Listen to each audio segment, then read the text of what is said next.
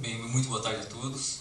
Queria agradecer a essa excelente iniciativa e ao convite que me foi feito pelo Dr. Friedman, na pessoa da Joacita, que está aqui, bem como a todo o pessoal que organizou o evento, em especial ao pessoal do setor de comunicação da Justiça Federal.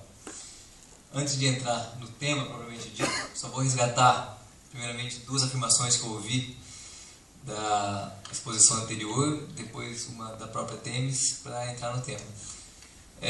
Uma primeira afirmação que eu queria resgatar foi da doutora Vera, que estava aqui, que ela disse que o homem nasce mal, que ela é hobbesiana nesse aspecto, né? Então eu quero colocar o meu contraponto. Eu particularmente não acredito que o homem nasça mal. Eu até tenho dificuldade para ver isso no dia a dia. Eu tenho a plena convicção, a firme convicção, inarredável convicção de que o ódio, o mal, ele pode ser plantado na cabeça das crianças.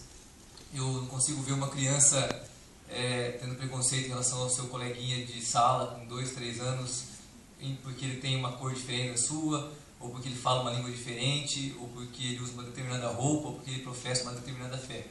Então eu não vejo isso nas crianças e percebo que essas crianças se tornam adultos preconceituosas depois de muita lavagem cerebral.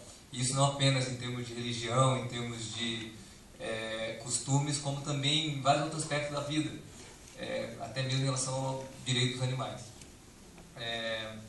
Uma outra afirmação que eu ouvi e gostaria de resgatar com um breve comentário é sobre a questão da publicidade governamental, que o expositor anterior fez uma crítica muito acertada sobre a questão da publicidade governamental, que realmente hoje é um dos grandes ralos da corrupção na política brasileira. Contrata-se agências de publicidade pela melhor técnica e, como é algo muito fluido, a criatividade é difícil de ser mensurada, acaba se pagando o que se quer para se produzir muito pouco e essa mais-valia aí acaba sendo desviada para fins políticos. Eu publiquei um artigo recentemente focando nessa questão e o ponto de vista que eu defendo sobre isso é que se esse mal não pode ser extirpado de imediato na sociedade, pelo menos a sociedade tem que ter força para poder aprovar uma lei que obrigue a cada anúncio de jornal, a cada anúncio televisivo, que pelo menos uma nota de rodapé explicativa informe para a população qual a amplitude daquela campanha e o valor que está sendo gasto. Então, por exemplo, se foi gasto pela União uma publicidade num determinado jornal, o jornal tem 40 mil exemplares, que se coloque que para aquela campanha foi gasto o valor de 300 mil reais e a tiragem do jornal é de 100 mil exemplares. E por aí vai. É uma medida muito simples e que só vem a favor, ao encontro de uma transparência maior, que é um princípio preconizado pela Constituição. Com relação às afirmações da Temis, são várias. Eu queria apenas começar por essa, que é a questão da aproximação do juiz com a imprensa, e justamente é o tema desse seminário.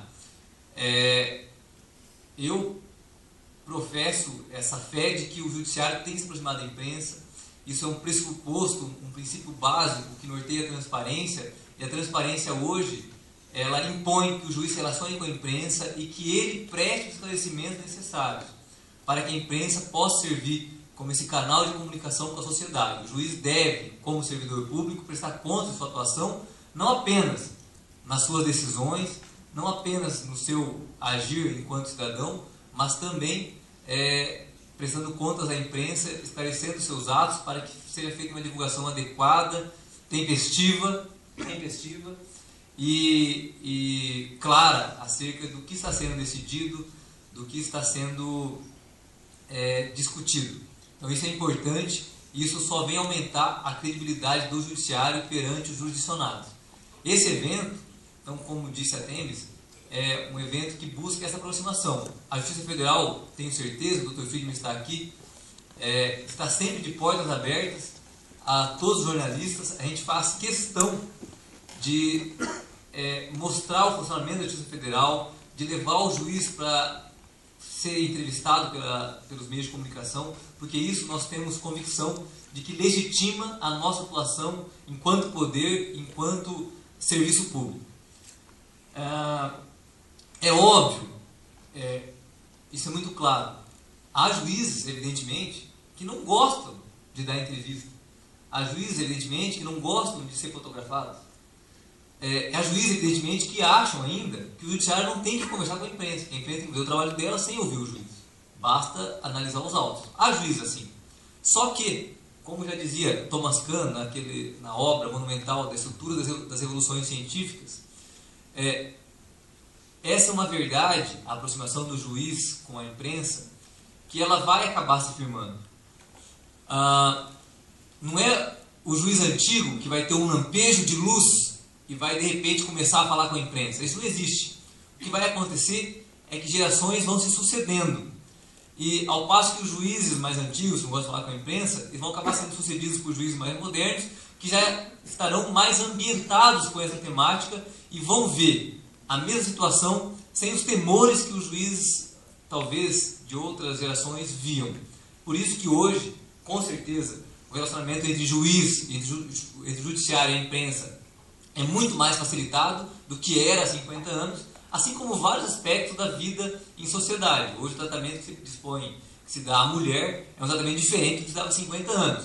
Mas não porque os antigos realmente mudaram de concepção, mas porque as gerações foram se sucedendo. E é o que acontece com a imprensa. Então, com certeza, as novas gerações terão muito mais facilidade, muito mais traquejo, muito mais vontade até mesmo de falar com a imprensa e de justificar seus atos. E esse tratamento com a imprensa tem uma relação muito próxima com a própria questão da liberdade de expressão, que ao fim e ao cabo nada mais é que a própria liberdade de pensamento, a liberdade, o direito que a pessoa tem de manifestar as suas opiniões. Recentemente, Curitiba, o jornal A Gazeta do Povo está passando por percebendo uma situação inusitada. Um jornalista muito competente, um colunista, muito competente, Carlos Ramalhete, salvo engano, publicou um artigo há alguns dias que defendia, a tese dele era a seguinte: ele defendia que o Estado pode até consentir que haja uma adoção por um casal homossexual de uma determinada criança. Mas o Estado não pode colocar numa certidão de nascimento, que é um registro público, que a criança só tem pais, tem 2 pais e não tem mãe. Segundo o colunista, isso é algo que afronta contra os princípios estabelecidos, inclusive jurídicos. Pois bem, um artigo até certo ponto despretensioso gerou uma controvérsia seríssima. Há movimentos na internet chamado Fora Ramalhete, não é? Como, depois de algum tempo, gerou uma onda inversa, tem um outro movimento que diz Fica Ramalhete, que é o jornalista. Mas o fato é que uma pessoa, manifestando a sua liberdade de se exprimir, acabou sendo vítima, até certo ponto, de um preconceito, ou mesmo de uma discriminação. Ela está sendo atacada por não ter o direito, segundo os seus acusadores, seus algozes, de dizer o que ela disse, que é simplesmente um ponto de vista. Atacada, inclusive, por colegas de profissão, que deveriam, por essência, defender a sua atitude do colega. Gostando ou não, ele deve ter liberdade sempre de expressar os seus pensamentos. E esse é um caso que está na ordem do dia hoje no jornalismo paranaense. E vem o seguinte questionamento, justamente por esse caso. É a liberdade de expressão um direito absoluto ou relativo? Eu, particularmente, enquanto cidadão, sempre acreditei que a liberdade de expressão fosse um direito absoluto. Que custe o que custar, nós temos o direito de expressar nosso pensamento. Custe o que custar. Se houver algum dano, esse dano tem que ser ressarcido posteriormente, por intermédio das ações cabíveis. Mas a liberdade deveria ser garantida. E essa é a posição que vem sendo defendida pela Corte norte-americana, desde Hugo Black, como direito à liberdade de expressão como algo relativo, e foi encampada pelo Supremo Tribunal Federal Brasileiro, e é magistralmente exposta essa concepção no voto do ministro Carlos Reis Brito, que defende que a liberdade de expressão é um direito absoluto.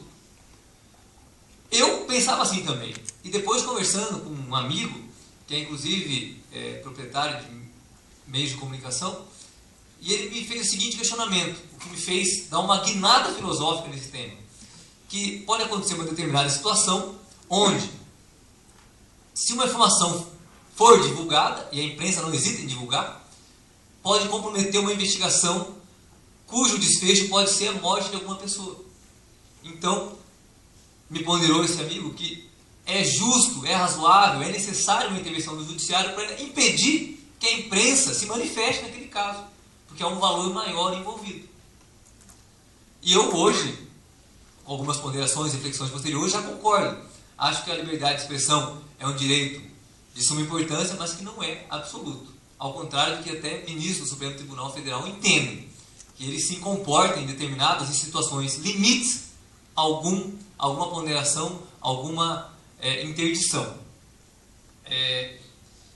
E eu acho, entendo e defendo que, depois de alguma reflexão, que essa é a melhor posição. Porque eu vejo o jornalista como um juiz. Então nós estamos aqui falando da relação entre judiciário e imprensa, e eu estou dizendo para vocês que o juiz assim como o jornalista, ambos são julgadores. O jornalista é um julgador. O jornalista, quando dá a sua interpretação do fato, ele é um julgador. Então eu sei de situações onde um jornalista tem uma determinada desavença com um político e mesmo assim ele continua publicando a sua coluna falando mal daquele político. O juiz não poderia fazer isso jamais. O juiz não pode julgar uma ação envolvendo um desafeto. E eu estendo isso ao jornalista. O jornalista não tem o direito, não pode, deve ser proibido de publicar uma coluna trazendo informações sobre o seu desafeto. Porque ele, naquele caso, ele não está sendo imparcial. E o jornalista tem por dever de ofício ser imparcial. O jornalista não pode ser parcial. Porque se ele for parcial, ele está usando o meio de comunicação para satisfazer uma vontade própria. E isso, existe um nome no Código Penal para esse fato, quando está de servidor público. O jornalista ele tem que atuar sempre como um julgador. Ele deve julgar o fato com isenção e imparcialidade. Por quê? Porque assim como a sentença do juiz, o texto do jornalista corta na carne da pessoa envolvida. O jornalista pode destruir a reputação de uma pessoa. Destruir. Para todo sempre. Se não de uma forma ampla, geral e restrita, porque cada um cuida da sua vida e acaba esquecendo aquela matéria, no mínimo, para o envolvido e para a sua família. No mínimo. E eu trago aqui um caso recente também da história do jornalismo paranaense. Um caso que envolvia a utilização de veículos oficiais por servidores públicos para, numa determinada, como é que eu posso usar a palavra? Uma determinada exceção à utilização normal do veículo, a pessoa desviava do seu trajeto e fazia uma utilização privada daquele veículo. Eu vou dar um exemplo que aconteceu com o prefeito de Maringá, não é o caso aqui de Curitiba. Mas, por exemplo, o prefeito de Maringá, Silvio Magalhães de Barros, foi condenado por improbidade administrativa.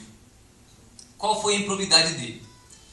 Ele, no trajeto entre a casa e a prefeitura, como motorista particular, deixava o filho na escola.